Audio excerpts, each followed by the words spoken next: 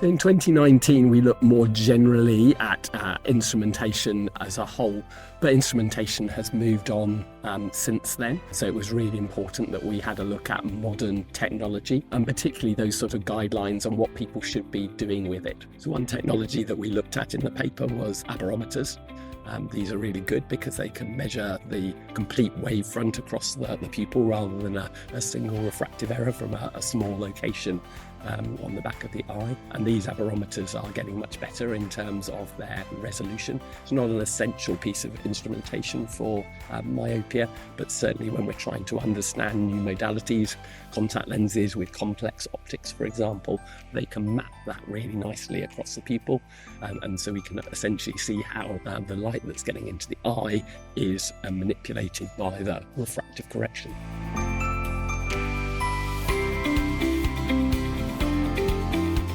So I think that the biggest changes in myopia control technology has been really the measurement of axial length. So the original instruments we had came from intraocular lens calculations, and they were really good and accurate, but the problem was they weren't really designed for children. So since then, there's been a lot more concentration on trying to get instruments that are child friendly.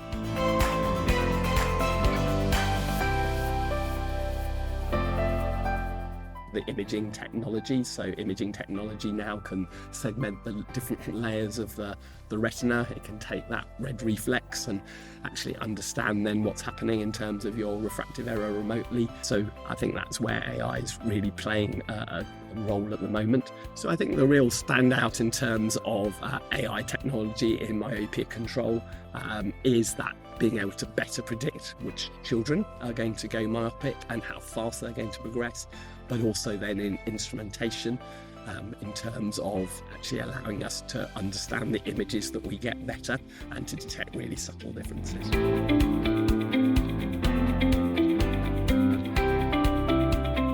So overall, in terms of the current landscape for instruments, I think we've made progress. More people are able to do a side-repeated refraction. I think a lot more practitioners are comfortable seeing children, but I think we've got a long way to go.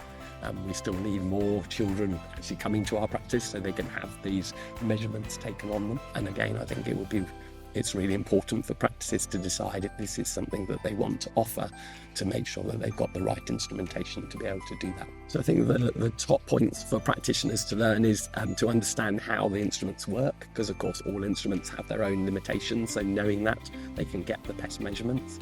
But also there's some really nice tables that break down the sort of key categories that they need to look at, optical, structural and functional. And so again, they can check that in their practice they have the right instrumentation to cover those and any specialist fitting that they do. Key measurements is important. And also we've got to always watch out for those really young children who have very high myopia, where it may well be a syndrome, in which case they do need referral and follow-up for that. So in terms of people who are new to myopia management, fortunately there are now these big reports that they can read that sort of summarise a huge amount of information, so they can know where we're up to at the current time, but also then it gives them that guidance on how often you see your patients, what instrumentation you need, all of those key bits of information to actually start to build those flows for your practice to give the best service to your patient.